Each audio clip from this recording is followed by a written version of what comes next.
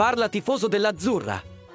Questo è il vostro cronista che vi porta un'altra notizia sul grande traguardo del terzo scudetto della squadra. Ora premi il pulsante mi piace se sei napoletano nel cuore. E oggi vi porto un'entusiasmante dichiarazione dell'ex allenatore del club, Rafa Benitez, sulla vittoria del titolo e sul futuro della squadra. Benitez ha commentato la vittoria del titolo, osservando che tutti possono parlare dei giocatori, ma il mantenimento di una squadra di questo livello per tutto il campionato è merito del lavoro di Spalletti, della società, dei tifosi e del presidente. Per l'ex allenatore il merito è di tutti, da Giuntoli che ha acquistato i giocatori, a Starace.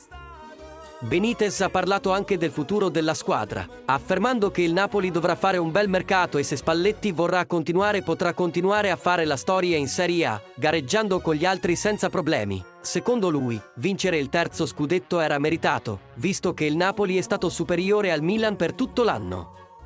E a proposito di Champions League, Benitez ha sottolineato che è difficile mantenere il livello e vincere la competizione. Ci vuole anche un po' di fortuna. E tu, tifoso napoletano, cosa ne pensi delle dichiarazioni di Benitez?